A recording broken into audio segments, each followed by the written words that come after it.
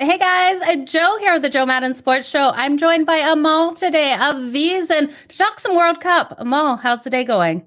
Good, thanks, Joe. Thanks for having me on.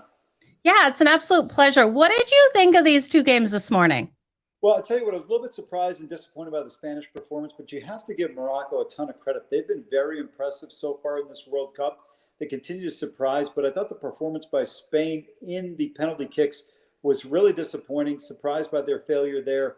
And then, of course, Portugal just dominant against the Swiss. Didn't expect that type of goal output against a team that generally is very good defensively in the Swiss and really got decimated today. 7 goals in that game. That was crazy to see. We're moving on to the quarterfinals. Looking at these quarterfinals, do you have any futures that are still alive? I do, and I have two of the teams playing. I've got France and England. I Okay. think they're very dangerous. They're two teams you have to contend with simply because when you look at it right now, the French, despite the fact they don't have Pogba in the midfield, they're still playing extremely well. They've got the experience. They have the best player in the world right now, Kylian Mbappe. I don't know if anyone's stopped him. He's probably going to win the Golden Boot. Already 5 goals this tournament. On the flip side, England has been tremendous. They've scored 12 goals so far in 4 games. They have been far more dominant offensively than I think many people anticipated them being. They have been great, and this should be a really fun matchup.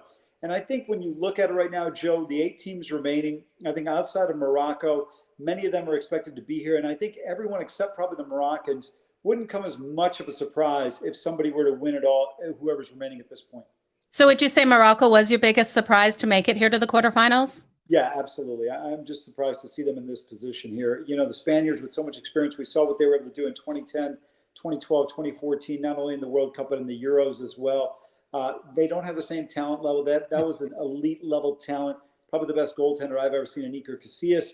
And right now, they're just not quite as good as they've been in the past. But give Morocco a ton of credit. You know, country in North Africa, 36, 37 million people, to have the type of performance that they've had really says a lot about them and their program right now. Okay, so Morocco, the biggest surprise of this final 8. But when we look back at the final 16 in that knockout stage, was there anyone that you expected to get through that didn't? You know, I think Spain was probably the one. Yeah. When you look at it, really not many other upsets. And historically in the World Cup, going back to 1982, every team from 86 going forward that's won the tournament has been 7-1 or shorter odds. It's generally the chalk that prevails at the World Cup. The best of the best usually find a way through. And we've seen that so far. Brazil dominant. The Dutch were dominant against the United States. You mentioned earlier Portugal. You referenced them. They had an absolute just massacre of Switzerland today. France did a great job of what they needed to do. England, same thing. So I don't think this comes as much of a surprise in terms of the teams we're seeing where they're at. Okay, so out of these quarterfinal games, is there one game that you're looking at more than others that you can give us a bet in that you're really liking? You know, to me right now, when I look at the matchups, I think I'm just pulling it up. I apologize. I think Brazil against Croatia is a good one.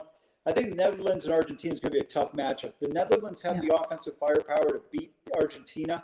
The question for me is defensively, and it's always the question with the Dutch. Can they play at the level they play offensively? If they can do that, I think they've got a chance. And then I think Portugal against Morocco, but I don't want to discount the Moroccans at this point in time for what they've been able to accomplish. You have to give them credit for 4 games to getting to where they are. I don't think Portugal is necessarily a slam dunk, but I like the way they play, so it gives them a chance. I think the toughest game to bet is France-England. I think it's tough to necessarily call a winner. I give a slight edge to France because of their experience. Both teams concern me with the goaltending. Jordan Pickford hasn't been great. Hugo Lloris was great 4 years ago. He's older now. I don't know how impactful he'll be.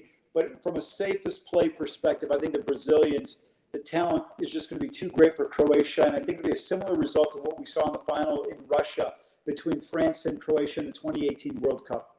So do you think between France and England, we could maybe look at an over in that game? Do you think we're going to see a higher scoring one? I think it's very possible because the French put so much pressure on you, especially if they score early. To me, I think it'll be more difficult to get over if England scores first because I think they'll be a little bit more defensive. But again, with the firepower that the French have up front with Olivier Giroud, Kylian Mbappe, I think this could put a lot of pressure on the English side. 2.5 over is not a bad play here. But the one thing I would say, Joe, is as you get later in the tournament, teams tend to be a little bit more conservative in their approach once they get a lead, particularly if they score that first goal in the second half of the 60th minute plus going forward. It won't open up a match the way you would see, like we saw earlier this year with Portugal, and I think it was Senegal, or I can't recall exactly who they played, but all of a sudden you saw 5 goals in about 25 minutes. Yeah, it's crazy. Such an exciting matchup that was. When you're looking at these quarterfinals, is there one game that you could look at that would be the most exciting for new soccer fans that have been cheering on Team USA and they're like, which game do I wake up early to watch? Yeah, I think from a competitive standpoint, I think it would be France and England. I think that you're talking about 2 elite level teams. From a talent standpoint, I would argue probably the second and third most talented teams in the world. France was fully healthy with Benzema and Pogba. I would say probably the most talented team in the world. I think that is the most intriguing matchup. Really looking forward to that one. That should be a great, great game. Those 2 teams, Joe, you would qualify them as potentially being a World Cup final type of tilt. Who do you have to take the whole World Cup, Amal? I'm going to stay with the French. I think Okay. they're going to repeat. I think Mbappe is the best player in the world right now. I don't know if anybody defensively can contain his speed. When you get him the ball in space, he is so dangerous. Giroud is an experienced guy, just broke Thierry Henry's record for international goals for the French side. They've got a lot of experience. Their defense is very good. I still think the French are going to be tough to beat. Didier Deschamps, who's the coach there, the manager, he was there in 2018 when they won in Russia. I think this team is going to be a tough out. Definitely going to be hard to beat this French team. Amal, where can everyone find everything that you have happening at VSiN? Yeah, a couple of spots on VSiN. You can check us out on YouTube, on iHeartRadio. Dave Ross and I do a show every day from 11 to 1 Pacific time. I don't know if Calgary, if you guys are mountain time over there, but we are. Noon to 2. And then, of course, on Twitter at Amal Shah 1. Awesome. Thank you so much, Amal, for coming on the show. Make sure you give Dave Ross a big hi for me. I definitely love your co-host over there. And I appreciate you for joining me here on the Joe Madden Sports Podcast. All the best in all of your bets.